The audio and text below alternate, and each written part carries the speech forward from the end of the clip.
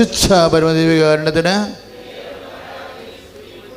ഈ മകൻ്റെ ഈ റെഡീം ലവ് ഇല്ലേ, രക്ഷിക്കുന്ന സ്നേഹം, വീണ്ടെടുക്കുന്ന സ്നേഹം, ഈ വീണ്ടെടുക്കുന്ന സ്നേഹമാണ് അപ്പാനെ അങ്ങ് തരളിതമാക്കിയത്. വീണ്ടെടുക്കുന്ന സ്നേഹമാണ്. അതേപോലെ നിൻ്റെ വൈഫിനോടായാലും ഇപ്പോൾ ഇന്നലെ കഴിഞ്ഞ ആഴ്ച ഒരു പയ്യൻ വന്നു. അപ്പോൾ അവൻ പറഞ്ഞു, എൻ്റെ അച്ഛാ 2 കുഞ്ഞുങ്ങളുണ്ട്, ഞാൻ ഗൾഫിൽ നിന്ന് വന്നപ്പോൾ എൻ്റെ വൈഫ് വേറെ ഒരുത്തിൻ്റെ കൂടെ പോയെന്ന് പറഞ്ഞു. ഗൾഫ് വന്നപ്പോൾ അപ്പം ഞാൻ ഉടനെ പറഞ്ഞു, മോനെ നീ എന്ത് തീരുമാനിച്ചെന്ന് ചോദിച്ചു. അച്ഛൻ പറ, എനിക്ക് അവൾ എന്ത് തെറ്റ് ചെയ്താലും ഞാൻ സ്വീകരിക്കാൻ തയ്യാറാണ് അച്ഛാ. അപ്പം ഞാനോർത്ത് ഇവന് ഈ മനസ്സ് എവിടെ നിന്ന് കിട്ടിയെന്ന്, എങ്ങനെ ഈ മനസ്സ് കിട്ടി? അപ്പം ഞാൻ ന്യൂട്രലായിട്ട് ചോദിച്ചു, കുഞ്ഞുങ്ങളെ പ്രതിയാണോ എന്ന് ചോദിച്ചു. 2 കുഞ്ഞുങ്ങളെ വളർത്തിക്കൊണ്ട് വന്നല്ലോ അതിനെപ്രതി. അപ്പം അല്ല അച്ഛാ, എനിക്ക് അവളെ മിസ് ചെയ്യണ പോലെ തോന്നുന്നുണ്ട്, എനിക്ക് അതിൻ്റെ അകത്ത് വിഷമമില്ല, ചിലപ്പോൾ എന്തെങ്കിലും പ്രത്യേക സാഹചര്യമായിരിക്കും. അപ്പം ഞാനിവിടുത്തെ ഇങ്ങനെയൊക്കെ പിള്ളേർ ഇപ്പോൾ ഉണ്ട്, പിള്ളേരാണതേ, അധികം ഇല്ല, 10, 27, 28 വയസ്സേ ഉള്ളൂ. ഇപ്പോൾ 10, 45 വയസ്സുണ്ടെങ്കിൽ നമുക്കറിയാം ഇതൊക്കെ ബുദ്ധിമുട്ട് കുറേ ജീവിതം ജീവിച്ച് കല്ലും ചോറുമൊക്കെ തിരിച്ചറിഞ്ഞിട്ട് അങ്ങനെയല്ല. 27 വയസ്സുകാർ ഇങ്ങനെ ഇതിന് റെഡീം ലവ് എന്ന് പറയും. നമുക്ക് നഷ്ടമാണ് ഉണ്ടാകണത്, നമുക്ക് നഷ്ടമാണ് ഉണ്ടാകുന്നത്. പക്ഷെ എനിക്ക് തോന്നിയായിരുന്നു കുഞ്ഞുങ്ങളെ പ്രതിയാണോയെന്ന് പറയുമ്പോൾ അവൻ എന്നോട് പറയേണ്ടിയിരുന്നത് ഈശോനെ പ്രതി ആയിരുന്നെന്ന് പറഞ്ഞിരുന്നെങ്കിൽ 100 മാർക്ക് അതിന് കിട്ടും. 100 മാർക്ക് കിട്ടും. കാര്യം നമ്മുടെ മാർക്ക് കൂട്ടാനൊക്കെ ഈശോനെ പ്രതിയാക്കിയാൽ മതിയല്ല. കാര്യം എന്താ? റെഡീം ലവ് ഈശോയാണ് ചെയ്തത്. അവൻ്റെ കുരിശിൻ്റെ കൂടിയാണ് നമ്മുടെ ഈ നഷ്ടക്കച്ചവടം കുരിശ് വെക്കുന്നത്. അപ്പോൾ നമുക്കൊരു ജ്ഞാനസ്ഥാനം കിട്ടും. എന്താ കാര്യം എന്നറിയാവോ? യേശു ക്രിസ്തുവിനോട് ഐക്യപ്പെടാൻ വേണ്ടി ജ്ഞാനസ്ഥാനം സ്വീകരിച്ച നിങ്ങളെല്ലാം അവൻ്റെ മരണത്തോടാണ് ഐക്യപ്പെട്ടിരിക്കുന്നത്. പ്രൈസ് ദി ലോർഡ്, ഹല്ലേലൂയ. അങ്ങനെ ഒരു വചനമുണ്ടോ? ഇപ്പോൾ വചനം കിട്ടിയതാണ്. സുഖിയുടെ ഹല്ലേലൂയ, യേശു സ്വസ്തം, യേശു സ്വസ്തം, ഹല്ലേലൂയ, ഹല്ലേലൂയ, ഹല്ലേലൂയ, യേശുവേ ഹല്ലേലൂയ, ഹല്ലേലൂയ, ഹല്ലേലൂയ, ഹല്ലേലൂയ, ഹല്ലേലൂയ, ഹല്ലേലൂയ, യേശുവേ സ്തുതി, ഹല്ലേലൂയ, ഹല്ലേലൂയ, ഹല്ലേലൂയ. പരിശുദ്ധാത്മാവേ, പരിശുദ്ധാത്മാവേ, പരിശുദ്ധാത്മാവേ,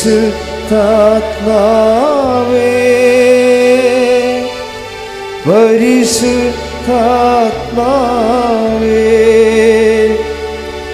വരിക വരിക ഞങ്ങളിൽ നീ, പരിശുദ്ധാത്മാവേ.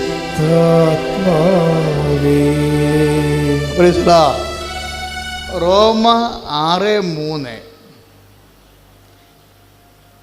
റോമാലേഖനം 6:3, യേശു ക്രിസ്തുവിനോട് ഐക്യപ്പെടാൻ ജ്ഞാനസ്ഥാനം സ്വീകരിച്ച നാം എല്ലാവരും.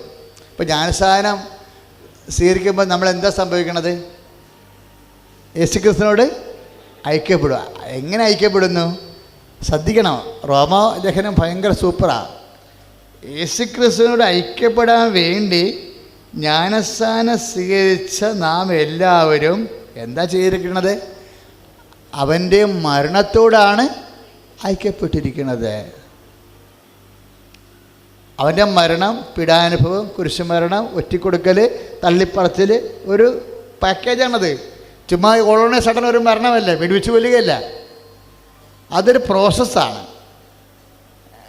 ഒറ്റിക്കൊടുക്കലുണ്ട്, അതിൻ്റെ അകത്ത് തള്ളിപ്പറച്ചിലുണ്ട്, കൈ കഴുകലുണ്ട്, മുടുക്കിടം ചാർത്തി കുരിശേറ്റ് നടത്തലുണ്ട്, തുണി ഉരിയലുണ്ട്, തറക്കലുണ്ട്. അത് പ്രോസസ്സാണ്. ഇതാണ് എന്നിട്ട് ഈശോ ഇതിനെപ്പറ്റി ഈശോ എന്താ പറയണത്? എനിക്ക് ഒരു ജ്ഞാനസ്ഥാനം സ്വീകരിക്കാനുണ്ട് ഇല്ലേ? ഇതിനാണ് പറയണത്.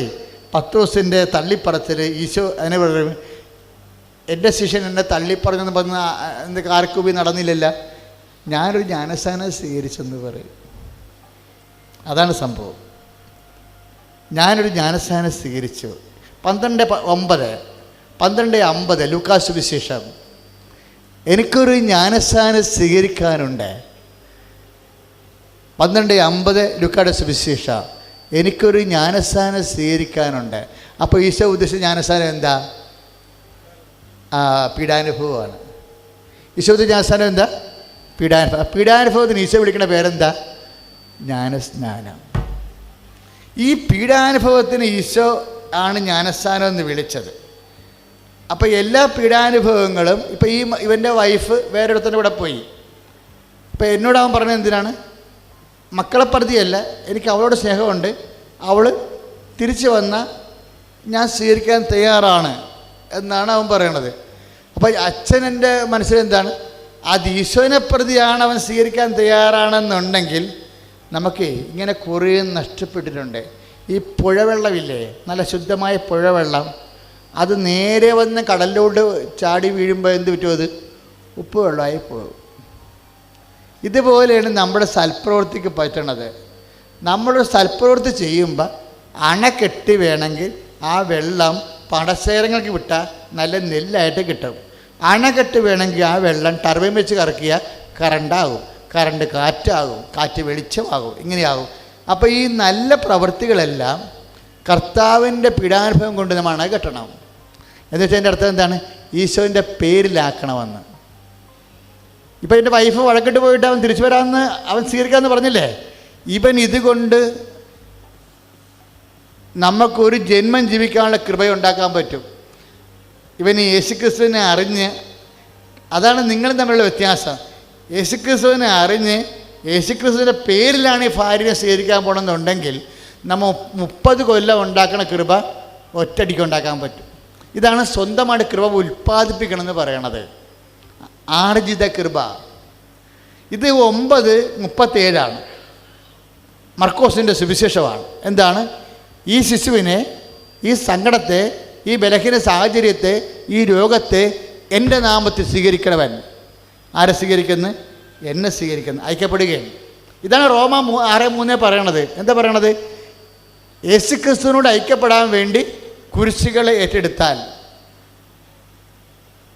ജ്ഞാനസ്നാനം സ്വീകരിച്ചാലെന്നല്ലേ റോമ 6:3.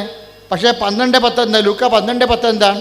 എനിക്കൊരു ജ്ഞാനസ്നാനം സ്വീകരിക്കാനുണ്ടെന്ന് പറയുമ്പോൾ എല്ലാ ക്ലേശങ്ങളും ജ്ഞാനസ്നാനമാണ്. എല്ലാ ക്ലേശങ്ങളും യേശുക്രിസ്തുവിൻ്റെ നാമത്തിൽ ഏറ്റെടുത്താൽ നമ്മൾ യേശുക്രിസ്തുവിനോട് ഐക്യപ്പെടും. യേശുക്രിസ്തുവിനോട് ഐക്യപ്പെടും. ഇതിനകത്ത് ഗലാത്യർ 2:20 ഒരു വചനം വരുന്നുണ്ട്. ശ്രുതിയുടെ ഹല്ലേലൂയ, ഹല്ലേലൂയ, ഹല്ലേലൂയ, ഹല്ലേലൂയ, ഹല്ലേലൂയ. കൈകൾ ഉയർത്തി സ്വരമേർത്ത് സ്തുതിക്കട്ടെ. ഹല്ലേലൂയ, ഹല്ലേലൂയ, ഹല്ലേലൂയ, ഹല്ലേലൂയ, ഹല്ലേലൂയ, ഹല്ലേലൂയ. യേശുവേ, യേശുവേ, യേശുവേ. ഹല്ലേലൂയ, ഹല്ലേലൂയ, ഹല്ലേലൂയ, ഹല്ലേലൂയ, ഹല്ലേലൂയ. യേശുവേ സ്തുതി. ഹല്ലേലൂയ, ഹല്ലേലൂയ, ഹല്ലേലൂയ. ശ്രുതിയുടെ ഹല്ലേലൂയ, ഹല്ലേലൂയ, ഹല്ലേലൂയ, ഹല്ലേലൂയ, ഹല്ലേലൂയ, ഹല്ലേലൂയ. Praise the lord. ഗലാത്യർ 2:20 ഞാൻ ക്രിസ്തുവിനോടുകൂടെ ക്രൂശിതനായിരിക്കുന്നു. അപ്പോൾ ക്ലേശങ്ങളെ ജ്ഞാനസ്നാനമാക്കി യേശുവിൻ്റെ നാമത്തിൽ ആ ക്ലേശങ്ങൾ ഏറ്റെടുത്താൽ എന്ത് സംഭവിക്കും? ഗലാത്യർ 2:20 സംഭവിക്കും. മനസ്സിലായില്ലേ? ക്ലേശങ്ങളെ ഇപ്പം എനിക്ക് ലൂക്ക 12:50 എനിക്കൊരു ജ്ഞാനസ്നാനം സ്വീകരിക്കാനുണ്ട്. യേശുവിൻ്റെ ജ്ഞാനസ്നാനം എന്താ? പീലാത്തോസിൻ്റെ കൈ കഴുകൽ, പത്തോസിൻ്റെ തള്ളിപ്പറച്ചിൽ, യൂദാസിൻ്റെ ഒറ്റിക്കൊടുക്കൽ, പട്ടാളക്കാരുടെ പരാക്രമങ്ങൾ, ഇതെല്ലാം ഉൾപ്പെടെ ഒരു ജ്ഞാനസ്നാനമാണ്, ഘട്ടം ഘട്ടമായിട്ട്. ഇങ്ങനെ ക്രിസ്ത്യാനി നിങ്ങൾക്ക് ലഭിക്കുന്ന ഓരോ സങ്കട സാഹചര്യങ്ങളെയും ക്രിസ്തുവിൻ്റെ നാമത്തിലെടുത്താൽ എന്തു പറ്റും? അത് ജ്ഞാനസ്നാനമായിട്ട് നമ്മൾ യേശുവിനോട് ഐക്യപ്പെടുത്തും. യേശുവിനോട് ഐക്യപ്പെട്ടാൽ എന്ത് സംഭവിക്കും? ഗലാത്യർ 2:20 വർക്കൗട്ട് ചെയ്യും. എന്താ പറയണത്? ഞാൻ ക്രിസ്തുവിനോട് കൂടെ ക്രൂശിതനായിരിക്കുന്നു. ഇനി ഞാനല്ല, ക്രിസ്തുവാണ് എന്നിൽ ജീവിക്കുന്നത്. എൻ്റെ ഇപ്പോഴത്തെ ഐഹിക ജീവിതം എന്നെ സ്നേഹിക്കുകയും എനിക്ക് വേണ്ടി തന്നെ ബലിയർപ്പിക്കുകയും ചെയ്ത ദൈവപുത്രനെ വിശ്വസിച്ചു കൊണ്ടുള്ള ജീവിതമാണ്. ഈ ജീവിതം എന്ത് ജീവിതമാണ്? എനിക്ക് വേണ്ടി ക്രൂശിക്കപ്പെട്ട, എനിക്ക് വേണ്ടി ഉയർത്തെഴുന്നേറ്റ കർത്താവിനെ വിശ്വസിച്ചു കൊണ്ടുള്ള ജീവിതമാണ്. അല്ലാതെ നാട്ടുകാരെയും പാർട്ടിക്കാരെയും ബന്ധുക്കളെയും സ്വന്തപ്പെട്ടവരെയും അവിടെ വർത്തമാനം വിശ്വസിച്ചു കൊണ്ടുള്ള ജീവിതമല്ല. യേശുക്രിസ്തുവിനെ ഉദ്ദേശിച്ച് മാത്രമുള്ള ജീവിതമാണ് എൻ്റെ ഐഹിക ജീവിതം. കൈ അടിച്ച് കർത്താൻ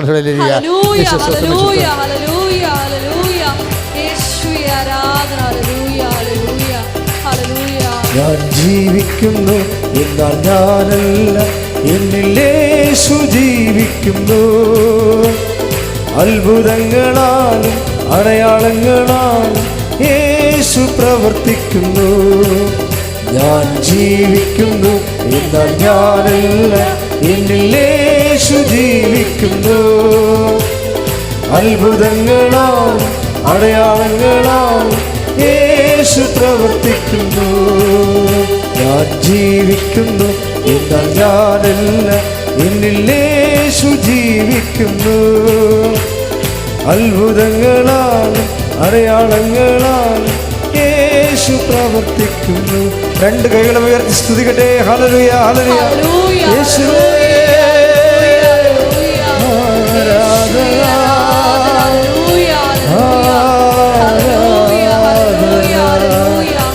യേശുവേ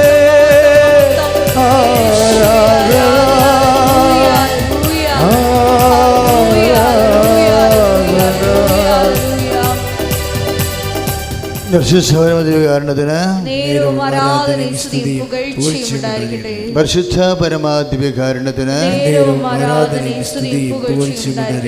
ഈ ആദ്യം പറഞ്ഞ ചേട്ടായിയുടെ കേസ് കെട്ട് ഈ രീതിയിലാണ് എടുക്കേണ്ടത്.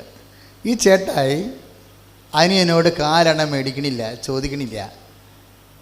വൈഫും പറയും അപ്പൻ്റെ മരുന്നിൻ്റെ ദിവസമായി വരുന്നുണ്ട്, 10,600 റുപ്യ ആകുമെന്നൊക്കെ പറയുമ്പോൾ വൈഫ് ഉദ്ദേശിക്കണത് നിങ്ങളെന്തിനാണ് വെറുതെ ഇങ്ങനെ കുത്തിരിക്കണത്, അനിയനോട് ചോദിക്കാൻ പാടില്ല എന്നാണ്. പക്ഷേ അത് ചേട്ടായി അങ്ങനെ ചോദിക്കുന്ന സ്വഭാവം അല്ലതുകൊണ്ട് വൈഫ് ഹസ്ബൻഡിന് ആ വിഷയം പറഞ്ഞ് ഡിസ്റ്റർബ് ചെയ്യണില്ല. ഇവർ വിശ്വാസത്തിനൊരു ജീവിതമാണ് ചേട്ടായി. അത് കർത്താവ് നടത്തും എന്നുള്ള ജീവിതം. അതാണ് യേശുക്രിസ്തു വിശ്വസിച്ചു. നിങ്ങളുടെ ജീവിതം, ഐഹിക ജീവിതം കർത്താവിനെ വിശ്വസിച്ച് കൊണ്ടായി. അതിൻ്റെ പേരിൽ അതിൻ്റെ വേണമെങ്കിൽ ഈ അപ്പനെയും അമ്മനെയും ഇവിടെ വെച്ചിട്ട് അപ്പൻ്റെയും അമ്മനെയും ജീവനാംശം അനിയനല്ല എടുത്തിരിക്കണത്. വേണമെങ്കിൽ ഒരു നല്ല വക്കീലുണ്ടെന്നുണ്ടെങ്കിൽ ഇക്ഷ ഇണ്ണായി എന്നൊക്കെ പറഞ്ഞുകൊണ്ട് നമ്മൾ സിനിമ കോൾമടി പറയുന്ന പോലെ അനിയനും അനിയൻ്റെ വൈഫും കൂടി വന്നിട്ട് അതായത് ആ കൊടുത്ത ഓഹരി മൊത്തം തിരിച്ചു പിടിക്കാൻ പറ്റും. കാര്യം മാതാപിതാക്കന്മാരെ നോക്കാത്ത കേസുകളൊന്നുമില്ലല്ലോ. ജീവനാവശ്യം എടുത്തിരിക്കണമല്ലേ, ഒരു ചുമ്മാ ഇട്ട് കൊടുത്താൽ മതി, ചൂട്ടുപോലെ സാധനം വരും. ചേട്ടായി അതിന് റെഡിയല്ല. ചേട്ടാ ചെയ്യണ ശരിയാണോ ഇല്ലയോ എന്നല്ല, ചേട്ടാ വേറെ എന്തോ ലക്ഷ്യം കണ്ട് ജീവിക്കുന്ന ആളാണ്. കോടതിയിൽ നിന്ന് അപ്പൻ്റെ പേരിൽ കേസ് പറഞ്ഞ് മേടിക്കണ പണം കൊണ്ട് ജീവിക്കണില്ല. നീതിമാൻ വിശ്വാസം മൂലം ജീവിക്കുന്നു. ഈ ജീവിതം ഒരു വ്യത്യാസമാണ്. എന്നിപ്പോൾ നിങ്ങൾക്ക് കേസ് കൊടുക്കണമെന്ന് ജോസഫച്ചൻ പറയത്തില്ലേടോ. ഇത് കൃപയാണ്, ഇത് കൃപയാണ്. ക്രിസ്തീയ ജീവിതം ഒരു കൃപയാണ്. നിങ്ങൾ കേസ് കൊടുക്കേണ്ട. ഇതിങ്ങനെ വഞ്ചിക്കാൻ പറ്റിക്കുകയൊക്കെ ചെയ്തിട്ട് ഗോപി വരപ്പിച്ചുള്ള ആൾക്കാർക്കെതിരെ നീതിക്ക് വേണ്ടി പോരാടണമെന്ന് ഞാൻ പറയത്തില്ല. കൃപയുണ്ടെങ്കിൽ യു ക്യാൻ ഡു അതർവൈസ്. അതാണ് എൻ്റെ ഇൻസ്ട്രക്ഷൻ. നിങ്ങൾക്ക് അത് കൃപ വേണം. ഈ വിഷയത്തിൽ കൃപയുണ്ടെങ്കിൽ നമുക്ക് ഇവിടെ അനീതി ഉണ്ടെന്നെങ്കിൽ why can't you suffer injustice? Bible ആകപ്പാട് ലോകത്തോട് ചോദിക്കുന്ന ഒരു ചോദ്യമാണ്. അല്ലാതെ ലോകത്തിലെ പല പുസ്തകങ്ങളിൽ ബൈബിൾ മാത്രമേ നമ്മൾ അങ്ങനെ ചോദിക്കുന്നുണ്ട്. Why can't you suffer injustice? നിങ്ങൾക്ക് എന്തുകൊണ്ട് അനീതി സഹിച്ചുകൂടാ? നിങ്ങളുടെ കാര്യങ്ങളൊക്കെ വിജാതി കോടതിയിലാണ് തീരുമാനിക്കുന്നത്. നിങ്ങളുടെ കർത്താവിനെ അറിഞ്ഞവരാരും ഇല്ലേ? നിങ്ങൾ കർത്താവിനെ അറിഞ്ഞവരാരും ഇല്ലേ എന്ന് ചോദിച്ചാൽ അതിൻ്റെ അർത്ഥം എന്താണെന്ന് അറിയാമോ? നിങ്ങൾക്കതിനുള്ള കൃപയുണ്ടെങ്കിൽ നിൻ്റെ വൈഫ് അല്ലെങ്കിൽ വീട്ടുകാരെ നിന്നോട് ചെയ്ത അപരാധങ്ങളെ ആ രീതിയിൽ നിനക്ക് ഉൾക്കൊള്ളാൻ പറ്റും. അപ്പോഴേ ജീവിക്കണത് ആഴവരിയായിരിക്കും. അപ്പം നീതിമാനാകും. നീതിമാൻ എങ്ങനെ ജീവിക്കും? വിശ്വാസം വഴി ജീവിക്കും. നീതിമാനെ ദൈവം എൻ്റെ നീതിമാനെന്ന് വിളിച്ച് പറയും ഇടയ്ക്ക്. റോമ 1:17 പറയണത് നീതിമാൻ വിശ്വാസം മൂലം ജീവിക്കുമെന്നാണ്. അപ്പം അനിയൻ്റെ അനീതി സഹിക്കണത് ആരാ? ചേട്ടായിയാണ് എന്നെ സഹിക്കുന്നത്.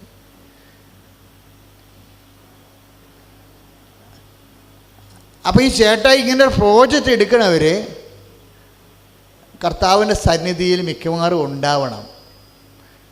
അതാണ് സംഭവം. ഇപ്പം നമ്മൾ വലിയ അഡ്മിഷൻ എടുത്തുവേ ചുറ്റും നടന്ന് ബാംഗ്ലൂർ നമ്മുടെ പിള്ളേർ ചെയ്യണ പോലെ ആരെങ്കിലും വിളിച്ച് ബൈക്കിന് പുറകെ കയറ്റിക്കൊണ്ട് ലാബ് ബാഗിൽ പോയിരുന്നുണ്ട് സോറ പറഞ്ഞിട്ട് വല്ല കാര്യമുണ്ടാ?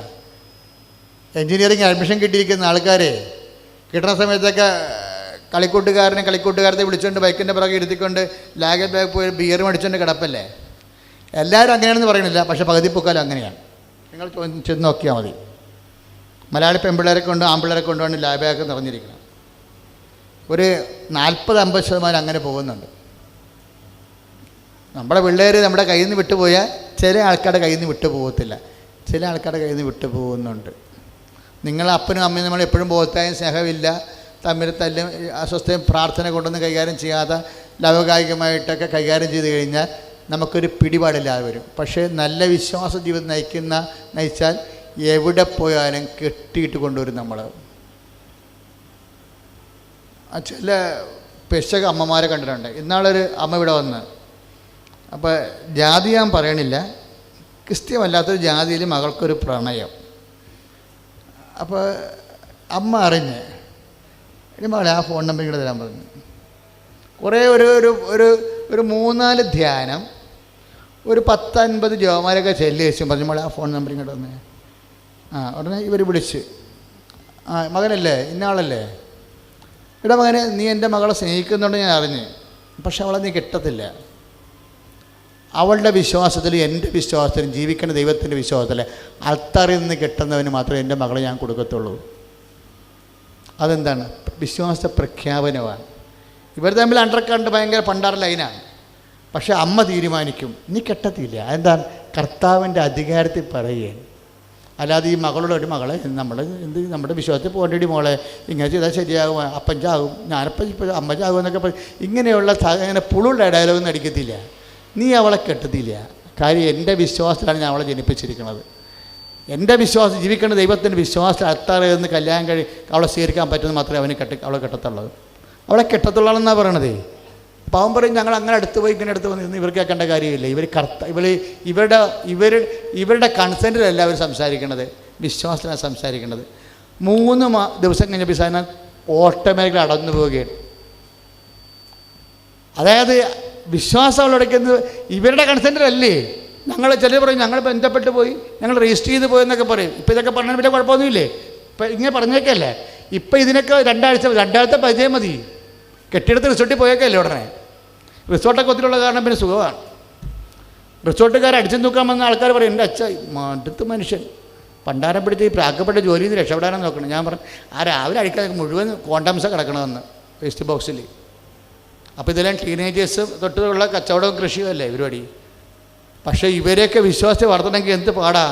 ഇതുപോലെ അമ്മമാരായിരിക്കണം. കാര്യം കർത്താവുമായിട്ട് പിടി വേണം. എൻ്റെ കർത്താവ് അനുവദിക്കാൻ നീ ചരിക്കത്തില്ല. കാര്യം എൻ്റെ രക്തത്തിൽ ഞാൻ പ്രാർത്ഥിച്ചുണ്ടാക്കിയതാണ് നിന്നെ. ഈ വിശ്വാസത്തിലാണ് എൻ്റെ മകളെ നീ കല്യാണം കഴിക്കത്തില്ല. അവളുടെ വിശ്വാസം സംരക്ഷിക്കാൻ പറ്റുന്ന രീതിയിൽ ആ വിശ്വാസത്തിലാണ് കർത്താവിന് അൾത്താറ് വെച്ച് ഞാൻ അവളെ കൊടുക്കും. അത് ഇവളോട് ചോദിച്ചില്ല മകളെ ഞാനിങ്ങനെ പറയാൻ പോകുകയാണ്, നീ മാറിയേക്കണം കേട്ടാ, അല്ലെങ്കിൽ അപ്പ ചത്തുപോകും, അമ്മ ചത്തുപോകും. ഇങ്ങനെയുള്ള പുളു ഡയലോഗൊന്നും അടിക്കത്തില്ല. ദാർഢ്യത്തോടെ സംസാരിക്കും. എന്താ? നീതിമാൻ വിശ്വാസം മൂലം ജീവിക്കുന്നു. ഇതൊരു റെലവാണ്. ഓരോ പ്രോജക്റ്റ് തരുമ്പോൾ അപ്ഗ്രേഡ് ചെയ്യാൻ നോക്കണം. കാര്യം നമ്മൾ ജീവിക്കണ ദൈവത്തിലാണ് വിശ്വസിക്കുന്നത്. അതുകൊണ്ടാണ് 10:36 ഹെബ്രായ ലേഖനം, എൻ്റെ നീതിമാനായി കഴിഞ്ഞാൽ പിന്നെ ദൈവം പറയും എൻ്റെ നീതിമാനെന്ന് പറയും. എല്ലാ കാര്യങ്ങൾക്കും ദൈവത്തിൻ്റെ വചനം, ദൈവത്തിൻ്റെ വഴി നടത്തലുകൾ അതനുസരിച്ച് ജീവിതം ക്രമീകരിക്കുന്ന ആൾക്കാരാണ് ചില സമയത്ത്. ഇപ്പോൾ ചേട്ടായി ആരാണ്? ചേട്ടായി ദൈവത്തിൻ്റെ നീതിമാനാണ്. അവനെങ്ങനെ ജീവിക്കണത്? വിശ്വാസം മൂലം ജീവിക്കും. ഇപ്പം നമ്മുടെ മകൾ പറയും അമ്മ നിങ്ങൾ ഈ അപ്പനെയും അമ്മേനും നോക്കണ കാര്യം ശരിയാണ്, പക്ഷേ എൻ്റെ മകളെങ്ങാനും പിറന്നിറന്ന് നിന്ന് പോയാലുണ്ടല്ല അന്ന് എൻ്റെ തനി നിറം നിങ്ങളറിയും. സംഭവം ശരി. അപ്പന് ക്യാൻസർ, അവരെ കൊണ്ട് ആശുപത്രിയിലാക്കി വരുമ്പോൾ ഈ മകളുടെ സ്ത്രീദിനത്തിനുള്ള കാശ് എടുത്തിട്ടാണ് ക്യാൻസറുള്ള അപ്പന് RC കൊണ്ടുപോയി ചികിത്സിച്ചുകൊണ്ടിരിക്കുന്നത്. അപ്പോഴീ കാശെല്ലാം ഇങ്ങനെ പോണ കാണുമ്പോൾ മകൾ പറയും പിന്നെ എന്ത് കണ്ടുകൊണ്ടാണ് അപ്പ ഈ പണി കാണിക്കണത്, പിന്നെ എനിക്ക് എൻ്റെ തീരുമാനം എടുക്കേണ്ടി വരരുത് കേട്ടാന്ന് പറയും. എന്നിട്ട് അവൾ കണ്ടതിന് പിറകെ വിളിച്ച് പോകുന്നതാണ് അവൾ പറയണത്. അത് കേട്ട അമ്മ എന്ത് പ്രാന്തി പിടിച്ച് പറയും പിന്നെ നിങ്ങൾ മകളുടെ ജീവിതം വെച്ചാൽ കളിക്കണം കേട്ടാ, അവസാനം എൻ്റെ തരിനിറ അടുപ്പിക്കരുത്. ഇവർ വാക്കത്തി എടുത്തിട്ട് സീരിയലിൽ നായിക എന്നാണ് പറയണത് അവർ. ഇങ്ങനെയല്ല ക്രിസ്തീയ ജീവിതം. ഇന്നാളൊരു സാക്ഷ്യം ഞാൻ കേട്ട്, കല്യാണം ഉറച്ച് അത് വയസ്സ് ഭയങ്കര കൂടുതലാണ്, 10-30 വയസ്സുള്ള കൊച്ചാ. ഇവിടെ വന്ന് പ്രാർത്ഥന കൂടി കഴിഞ്ഞപ്പോൾ ഇപ്പം ഇത്രയും നാളായിട്ട് ഇപ്പം ഇവളുടെ സൗന്ദര്യം അല്പം ഫെയ്ഡാകാൻ തുടങ്ങിയിട്ടുണ്ട്, അല്പം ഒന്ന് പൊട്ടാൻ തുടങ്ങിയിട്ടുണ്ട്. അപ്പോൾ അവൾക്ക് ഉത്കണ്ഠയുണ്ട് അതിൻ്റെ അകത്ത്. അപ്പോൾ ഇനിയും വരുമ്പോൾ ആരും കെട്ടുകിടങ്കിൽ സ്ത്രീധനം കൂടിക്കൂടി വരും. അപ്പോൾ എന്നാ പറ്റി? എൻ്റെ നീതിമാൻ വിശ്വാസം പോലല്ലേ ജീവിക്കണത്. ആ സാക്ഷ്യം കേട്ടതൊക്കെ ഞെട്ടിപ്പോകും. അതായത് 5 പൈസ കൊടുക്കാതെ അവർ ഉദ്ദേശിച്ചതിനേക്കാൾ ബെസ്റ്റ് ആളെ ദൈവം കൊടുക്കും. ദൈവം പണ്ടുപോലെ തരുവേ, ദൈവം തന്നെ തരുമെന്ന് പറയണില്ലേ, അതൊരു പ്രോമിസാണ്. ദൈവം ആരെങ്കിലും വഴി തരുമെന്നല്ല പറയണത്, ദൈവം തന്നെ തരും. ബൈബിളിലെ ചില വാക്കൊക്കെ വല്ലാത്ത പെശക് വാക്കാണ്. ഉൽപ്പത്തി 22:8 ദൈവം തന്നെ തരും. മർക്കോസ് 5:28 വിശ്വസിക്കുക മാത്രം ചെയ്യുക. തമ്മിലാണ് കണക്ഷൻ. ദൈവം തന്നെ തരും, വിശ്വസിക്കുക മാത്രം ചെയ്യുക. അതായത് ഇത് ഇൻ്റർലിങ്ക് ചെയ്ത് കഴിഞ്ഞാൽ ഇപ്പോൾ നമുക്ക് കോടിക്കണക്കിന് രൂപ കടമുണ്ട്. അപ്പോൾ അവർക്കൊരു വാതിലാണ്, അച്ഛാ വായ്പ മേടിക്കാൻ ഇനി നാട്ടിലില്ല. ഞാൻ തന്നെ വീട്ടിൽ നിന്ന് വെളുപ്പിന് എഴുന്നേറ്റ് പോകുന്നതാണ്. കടക്കാർ വളയണ കാരണം 6 മണിയാകുമ്പോൾ കടക്കാരെല്ലാം കൂടി വളയും. അത് കാരണം ഞാൻ വെളുപ്പിന് എഴുന്നേറ്റ് കൊണ്ടുപോയിടും. രാത്രി 11 മണിക്ക് വരത്തുള്ളൂ. അപ്പോൾ 11 മണിക്ക് വരുമ്പോഴും അച്ഛാ കടക്കാർ ചില ആൾക്കാരവിടെ പോകാതെ കുത്തിയിരിക്കും. പിന്നെ അവിടെ കുറേ തന്തക്ക് വിളിയൊക്കെ കേൾക്കേണ്ടി വരും. പിന്നെ എന്ത് ചെയ്യുക, പിള്ളേർക്ക് വേണ്ടി മേടിച്ചതാണ്, പഠിപ്പിക്കാൻ വേണ്ടി മേടിച്ചതാണ്. പക്ഷേ പിന്നെ ഞാൻ പട്ടാങ്ങിയൊക്കെ പറഞ്ഞ് നിൽക്കും. അപ്പോൾ ഇങ്ങനെ ഒരു വഴിപ്പശയിലാണ് ഈ മനുഷ്യൻ ജീവിക്കുന്നത്. നമ്മൾ കേസെടുക്കും. എന്താ കാര്യം? ഇത് സൂപ്പർ സ്പെഷ്യാലിറ്റി ആശുപത്രിയാണ്. ഇവിടെ ആളിരിക്കുന്നുണ്ട്, ദൈവത്തോട് മേടിച്ച് തരാൻ പറ്റിയ ആൾ. ഞാനെന്താ ചെയ്യണമെന്ന് വെച്ച് കഴിഞ്ഞാൽ, ഈ വിശ്വസിക്കുക മാത്രം ചെയ്യാൻ പറഞ്ഞില്ല ഈശോ, വേറെ ഒന്നും നോക്കണ്ടെന്ന്. ഈ വിശ്വാസ നിലവാരം അങ്ങ് വർദ്ധിപ്പിക്കണം. കാര്യം വിശ്വാസ നിലവാരം വർദ്ധിപ്പിച്ചാൽ അവിടെ റീസൺ വർക്ക് ചെയ്യത്തില്ല. നിങ്ങൾ എവിടുന്ന് തരും? ഏത് ബാങ്ക് തരും? ബാങ്കുകാരൻ കൊടുക്കാൻ വേണ്ടി നമുക്ക് ലോൺ എടുക്കാൻ നമ്മുടെ ഈ പ്രമാണമില്ലല്ലോ. ഉള്ള പ്രമാണമാണെങ്കിൽ കുടുംബത്തെ തറവാട്ടിലാണല്ലോ, അത് ഒപ്പിടാൻ വേണ്ടി 10 പേര് വരേണ്ടി വരുമല്ലോ. 6 പേര് വന്നാലും അനിയത്തിയുടെ ഇളയ പെങ്ങളുടെ മകൾ വന്ന് ഒപ്പിടത്തില്ല. അവൾ ചുണ്ടിയാ, അവൾ വേറെ ജാതിക്കാരോടെ കേട്ട് രജിസ്റ്റർ ചെയ്തേക്കാണ്ട് പോയി താമസിക്കുകയാണ്. അവൾക്ക് എല്ലാവരും പുച്ഛമാണ്, അവൾ വരത്തില്ല. പിന്നെ എങ്ങനെ ബാങ്ക് ലോൺ കിട്ടും? ഇങ്ങനെ കുറേ പ്രശ്നങ്ങൾ ഇങ്ങനെ വന്നിരിക്കും. വേറെ ഒരു പ്രശ്നമൊന്നുമില്ല. ഈ പ്രശ്നത്തിലേക്കൊന്നും നമ്മൾ ഇടപെടത്തില്ല. എന്താ കാര്യം? കർത്താവിന് ഒരു പുതിയ കാര്യം ഞാൻ നിനക്ക് ചെയ്യുമെന്ന് പറഞ്ഞിട്ടില്ലേ ബൈബിള്. ബൈബിൾ എന്ന് പറയുന്നത് എന്താണ്? വാഗ്ദാനങ്ങളാണ്. വാക്കിൻ്റെ ദാനം. ഈ വാഗ്ദാനങ്ങളിൽ ആരാണ്? ദൈവം എപ്പോഴും വിശ്വസ്തനായിരിക്കും. പക്ഷെ നമ്മൾ വിശ്വസ്തനായിരിക്കണം. കാര്യം എൻ്റെ കർത്താവിന് എനിക്ക് വേണ്ടി മാത്രം ഒരു പഴുതുണ്ട്. ഞാൻ ഈശോയുടെ മുഖത്ത് നോക്കുക പറയുവേ, കർത്താവേ നിന്നെ വിളിക്കണത് എന്താണ്? പരിഹാരം അല്ലേ? പാപപരിഹാര ബലിയായി തന്നെ അർപ്പിക്കുമ്പോൾ തൻ്റെ രക്തത്തിൽ കൊടുത്ത് പുതുതായിട്ട് വരാൻ പോണ പുതിയ തലമുറയെ ഓർത്തുകൊണ്ട് അവൻ ദീർഘായുസ് പ്രാപിക്കുമെന്ന് ഐസയ്യാ പറഞ്ഞിട്ടുണ്ട് 53 ഇല്ലേ? അപ്പോൾ അവനാരാണ്? പരിഹാരമാണ്. ഇപ്പോൾ ഞാൻ കർത്താവിനോട് പറയണതേ, കർത്താവേ പാപത്തിന് വരെ പരിഹാരം ഉണ്ടെങ്കിൽ എൻ്റെ ജപ്തി നടപടിയും കടവും ക്യാൻസറും എല്ലാം പാപത്തിൻ്റെ താഴെയാണ്. അതിന് നിൻ്റെ കൈ പരിഹാരമുണ്ട്. കൈ അടിച്ച് കർത്താവിനെ ഹല്ലേലൂയ, യേശുവേ ഹല്ലേലൂയ, ഹല്ലേലൂയ, ഹല്ലേലൂയ, ഹല്ലേലൂയ, ഹല്ലേലൂയ. എല്ലാവർക്കും എഴുന്നേറ്റ് നിൽക്കാം. ഹല്ലേലൂയ, ഹല്ലേലൂയ, ഹല്ലേലൂയ, ഹല്ലേലൂയ, ഹല്ലേലൂയ, ഹല്ലേലൂയ. മഹത്വം, മഹത്വം, മഹത്വം, മഹത്വം. ഹല്ലേലൂയ. ശക്തിയോടെ കൈകളടിക്കാം. ഹല്ലേലൂയ, ഹല്ലേലൂയ. യേശുവേ ആരാധന. ഹല്ലേലൂയ, ഹല്ലേലൂയ, ഹല്ലേലൂയ. യേശുവേ മഹത്വം, ആരാധന.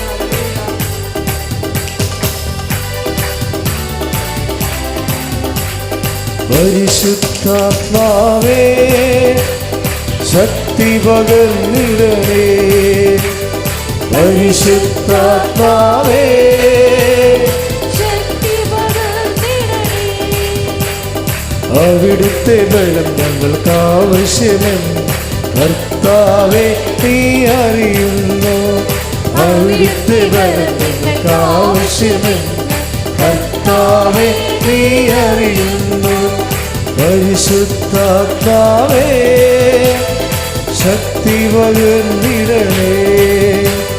പരിശുദ്ധാത്മാവേ ശക്തി പകർന്നിടണേ.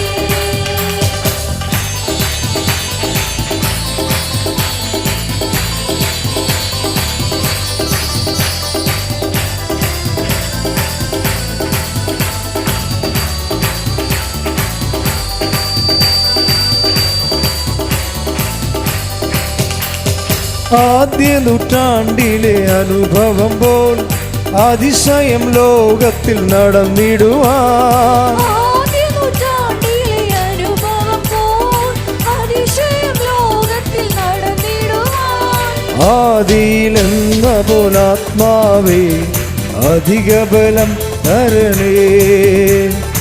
ആദിയിലെന്ന പോലാത്മാവേ അധിക ബലം തരണേ. പരിശുദ്ധാത്മാവേ ശക്തി പകർന്നിടണേ. പരിശുദ്ധാത്മാവേ ശക്തി പകർന്നിടണേ. അവിടുത്തെ ബലം ഞങ്ങൾക്ക് ആവശ്യമെന്ന് കർത്താവേ നീ അറിയുന്നു.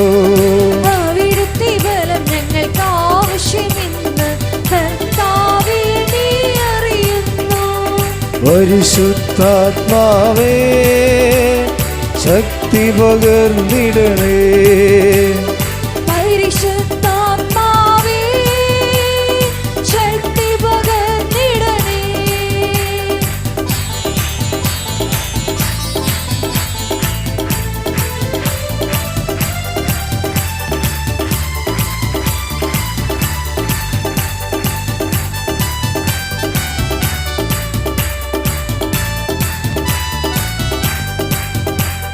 കൃപകളും വരങ്ങളും ജോലിച്ചിടുവാൻ ഞങ്ങൾ വചനത്തിൽ വേരൂന്നി വളർന്നിടുവാൻ. കൃപകളും വരങ്ങളും ജ്വലിച്ചിടുവാൻ ഞങ്ങൾ വചനത്തിൽ വേരൂന്നി വളർന്നിടുവാൻ. വിൺമഴയെ വീണ്ടും അയക്കണമേ നെഞ്ചനമുണർന്നിടുവാൻ. വിൺമഴയെ വീണ്ടും അയക്കണമേ നെഞ്ചനമുണർന്നിടുവാൻ. പരിശുദ്ധാത്മാവേ ശക്തി പകർന്നിടണേ. പരിശുദ്ധാത്മാവേ ശക്തി പകർന്നിടണേ. അവിടുത്തെ ബലം ഞങ്ങൾക്ക് ആവശ്യമെന്ന് കർത്താവേ നീ അറിയുന്നു. അവിടുത്തെ ബലം ഞങ്ങൾക്ക് ആവശ്യമെന്ന് കർത്താവേ നീ അറിയുന്നു. പരിശുദ്ധാത്മാവേ ശക്തി പകർന്നിടണേ. സ്തുതിക്കട്ടെ. ഹല്ലേലൂയ ഹല്ലേലൂയ ഹല്ലേലൂയ ഹല്ലേലൂയ. എല്ലാവരും ചേർന്ന് ഉറക്കെ സ്തുതിക്കട്ടെ. ഹല്ലേലൂയ. ആത്മാവേ പരിശുദ്ധാത്മാവേ അവിടുത്തെ ശക്തിയാൽ കൃപകളാൽ ഞങ്ങളെ നിറക്കണമേ. ഹല്ലേലൂയ. ആത്മാവേ ഹല്ലേലൂയ ഹല്ലേലൂയ